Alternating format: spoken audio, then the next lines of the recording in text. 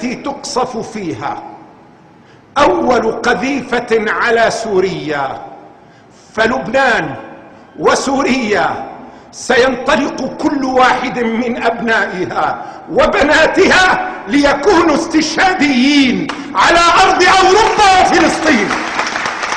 وأقولها لكل أوروبا،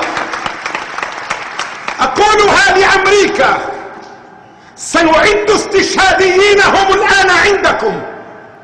إن قصفتم سوريا أو قصفتم لبنان فبعد اليوم العين بالعين والسن بالسن والبادئ أظلم وأنتم من ظلمتمون.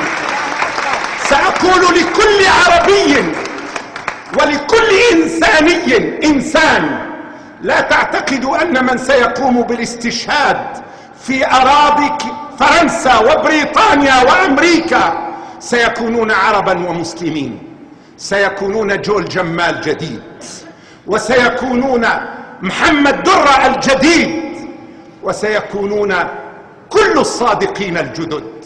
لا تقتربوا من بلادنا أرجوكم أرجوكم، فبلادنا أرض النور أرادها الله لتشرق على العالم. فمن أرضنا ومن دمشق الأمويين حملنا حضارة ابن رشد التي جعلت أوروبا تستيقظ، ومن بغداد جعلنا الشرق يشرق. فإن أردتم أن تشعلوا النار في أرضنا